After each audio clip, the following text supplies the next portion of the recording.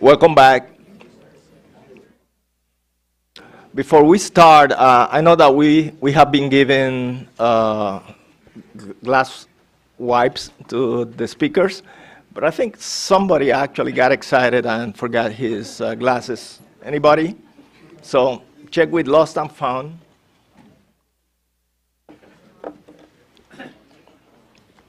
This afternoon, we're going to start a very interesting session leading to the first panel on marine transportation. The first speaker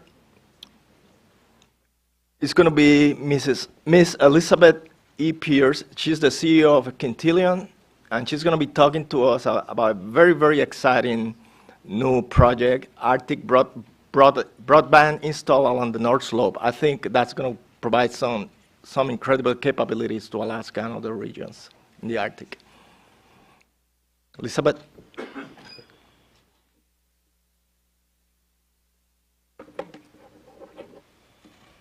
Forward, back, laser pointer. Time displayed here. Next slide. If I have any questions, I'll be right there. Thank you very much. Oh, thank you. Can everyone hear me okay? Great. Thank you for your time today. It's an honor to be here. I just point out one little thing. In my bio, I do not work for Alaska Communications. I have in the past, but I do not now. So just a little correction there.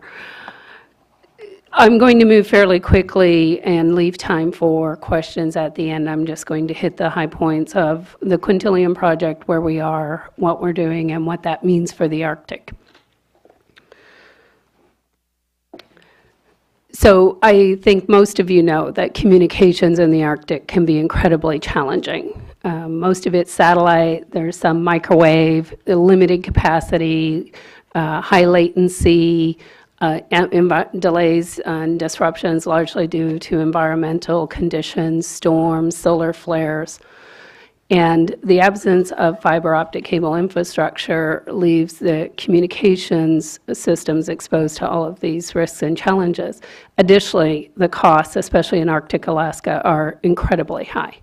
What you would pay in sub $10 for in the lower 48, we pay over $1,000 for in Arctic Alaska. That impedes everything that we do and everything that your organizations try to do. Whether it's research or security, it's all affected by the cost and the quality of the communication service. Nome is a major hub of marine activity every summer during the open water season. We know this. We spent a lot of time there last year, right, Denise? And there's many vessels in and out of that port and in and out of that area. And communications are challenging. Even with satellite and microwave at Nome, there's just a limited amount of capacity and it's expensive. One of our team members working in Nome was trying to download a simple Word document. It took 16 minutes to download a one-page Word document because the system was so congested at the height of the active season. We talked to a gentleman in Wainwright, Alaska, further up the coast where Shell had operated out of when they were exploring in the Chukchi, 36 hours to download a Microsoft application update. So these things are not conducive to some of the operations and some of the activities that need to happen in the Arctic. Homeland Security, Custom and Border Protection, our international proximity present challenges to all of these. Alaska has the largest, longest unprotected border in the country. Safety in an emergency response with the ever-increasing vessel activity is another major concern. There simply aren't the resources to respond effectively if there's an event. September 11, 2015, as the emergency responders in the community of Venvero, now Utqiagvik, were having their September 11th parade, a foreign cruise ship was sitting offshore and unloading passengers, foreign passengers, no border patrol, no emergency response capabilities. The front inflatable in this picture actually flipped and dumped those people into the water. It's all kind of snowy looking because it was snowing. We were having a blizzard. These are the real conditions in the Arctic, and we're not really prepared for what we have to deal with. Communications and quality, affordable communications are essential to this.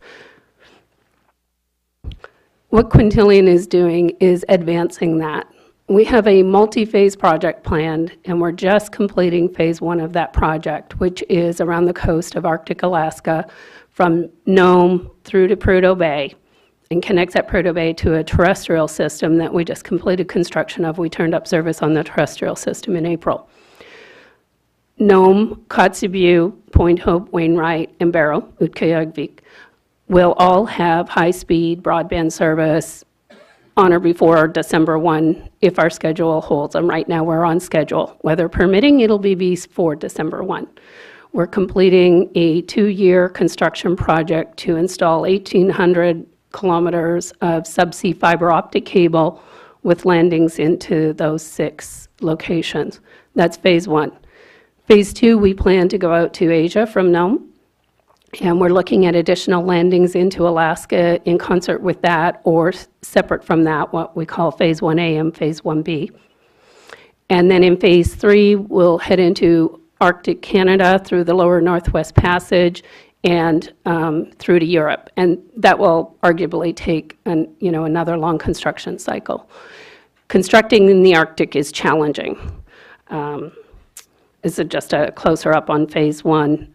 Everything in red is what we're completed construction on and getting ready to turn up commercial service. We've actually been operating the network in test mode since November. By the time we turn up service, we'll have a full year of operation in test mode, so we'll have proven the reliability and the resiliency of the system for this phase. We've been through a whole cycle of ice breakup and those associated risks in another full season of marine vessel operations. Our design and our construction had to take advantage of a very short open water window and, shorter as you move north, just a matter of weeks in the high Arctic in the Beaufort. We had 14 vessels operating last year, 4 separate marine installation operations installing the cable. We had to work very quickly. We had to work in parallel over multiple segments of the system to get it in that short build window.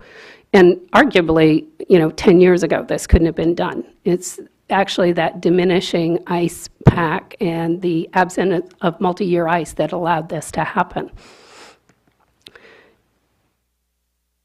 We built this system to be resilient. This has a 25-year design life, but these systems, easily we could get 40 years out of this system. So we built it with resiliency in mind. It's buried. Every landing has a deeply assessed risk profile, and the installation is designed to mitigate for those risks. We installed steel conduits from the shore using horizontal directional drilling technology so that the shore landings are 60 to 80 feet below the seafloor, protected in steel conduits to protect from human activity, shore erosion, any kind of implication to the security of the cable. Anywhere that there's any kind of exposure to risk, whether it's ice gouging, which was a very well-explored topic, and right through to any future shipping or fishing activities that could happen, oil and gas, mining off the coast of Nome. Frankly, the gold miners that operate in the seafloor off the coast of Nome scare me more than ice, right? Humans are unpredictable. We explored for every one of those risks. We planned for, designed, and built to mitigate for those risks. And what we have is a system that is very resilient, very hardened for the environment. 2 of the vessels that were in Alaska last year were the Ile Descent and the Ile de Bréhat. They are custom vessels designed for cable installation. They use special equipment, special technology for this installation. This is a picture of the Ile-de-Sam where they're deploying the plow, and this is the plow that created the trench to install the cable in the seafloor. In other locations, we used water jet technology. This year, they're back with a sister vessel called the Ile-de-Bots, and that vessel is inspecting the cable that we installed last year, ensuring that there's no issues with any of that installation, deepening the burial in some areas, installing mattressing. This is a mattress, which is just a network of concrete blocks over areas of equipment to protect it in the seafloor. So while building was very challenging and required a lot of planning and a lot of work in a very short window, the opportunities that this system brings are immense. It's not just education and healthcare to the communities that are really deprived. Talking to the hospital administrator in Barrow, they medevac about 300 times a year at about $100,000 per medevac. Not because they don't have state-of-the-art equipment, but because they don't have bandwidth to send the CT and X-ray images to be read. So they take the image, they put it on the gurney with the patient, and they fly the whole thing to Anchorage at $100,000 a pop. That really delays treatment, and that really adds to the cost of care. Half the time, they didn't need to. They could have treated locally, but they had no way of knowing. They had no way of validating the information. Education is challenged. Access to curriculum, especially post-secondary education. If you don't have a good high-speed internet connection at an affordable price, then education is just off limits. We have one study that says a family has to pay $300 a month in overage charges just for a high school student to complete their curriculum. The books and the materials all online. And their internet subscription with the data caps isn't enough for them to be able to just do that work without that additional cost. But of greater importance to this group is scientific research, communications, emergency response, coastal defense and protection. All of those things matter. Last year, there were nearly 300 vessels in the waters off the coast of Alaska. Who knows what they were all doing there? The Alaska Marine Exchange is a great system for tracking all those vessels, but we don't know what they were all doing. And we don't know what their interests are, and we are certainly not prepared to respond if there's an emergency. We just don't have the communications or the resources. These things are all important because Alaska is a gateway to the Arctic. It is the U.S. gateway to the Arctic, and other countries are far more engaged and interested in what Alaska presents for their national interests. I've read Japan's Arctic policy. It's far more developed than ours, and they have a very aggressive agenda where Alaska and the Arctic is concerned. So underpinning all of these interests is the need for high-quality communications. And the great thing for all of you is Quintillion, a completely privately funded project, is delivering that with plans to deliver more. One other data point is we get a lot of inquiries about connecting to international cables, and we have parties from all over the world that have designs for the Arctic and Arctic connections. And our thought is that St. Lawrence Island, sitting there with that jewel right at the entrance of the Bering Straits, is an ideal location for a nice, secure international meet-me point for cable systems. And so as you hear about parties talking about wanting to interconnect with the U.S., our design is on developing St. Lawrence Island for that purpose. So happily for the city of Nome, things are getting better. Recently, the Nome City School District went through an RFP process to renew their services. They were paying $120,000 a month for 40 megabits per second of bandwidth. And they will now have service from a provider using Quintillion's network at $95,000 a month for 100 megabits per second. A long way from lower 48, comparable, but a vast improvement over what they had. And we'll keep moving the dial in that direction. As the volume on the system grows, as customers use more, the prices will get better. That's the dynamic of the demand. So that's the high points of my presentation. If anyone has any questions, I'll be happy to take them now.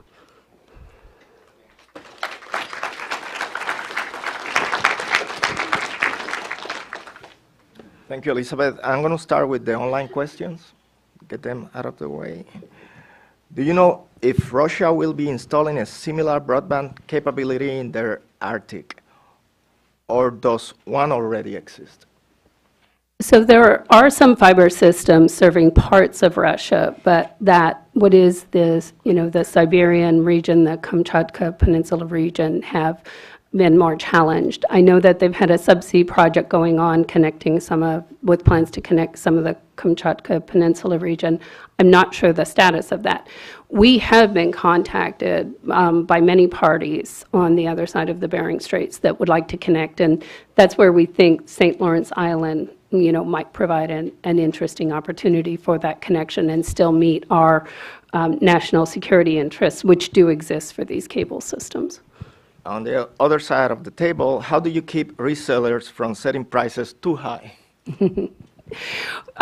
We're pretty bold about communicating with the market where we are generically in pricing and when we're moving on pricing. And so we keep a lot of pressure on our resellers because we are a wholesale provider. We sell to the whole telecom industry. We don't provide the last mile services. There's enough of those in the market. What they all needed was backhaul. And so we put a lot of pressure on them through our communications and through competition. There is competition between the resellers for the most part. Where that doesn't exist, we have other mechanisms to address inflated pricing. Thank you. Any questions from the audience? Larry? It's a comment and a thank you that I want to present to you, because I believe that Quintillion has made the survey data from the cable routes available to NOAA. Yes, we did that. And that's a really great thing to do, and I just want to express our appreciation. Our pleasure. Any other questions from the audience? Microphone, please. Last time I was on the Dalton Highway, they were installing a big cable network. Is that you guys? That was us, yeah. We've completed that section. But yeah, we connect now down the Dalton Highway. At Fairbanks, we connect to existing other cable systems and extend our service all the way to Seattle and Portland. There's one more question online.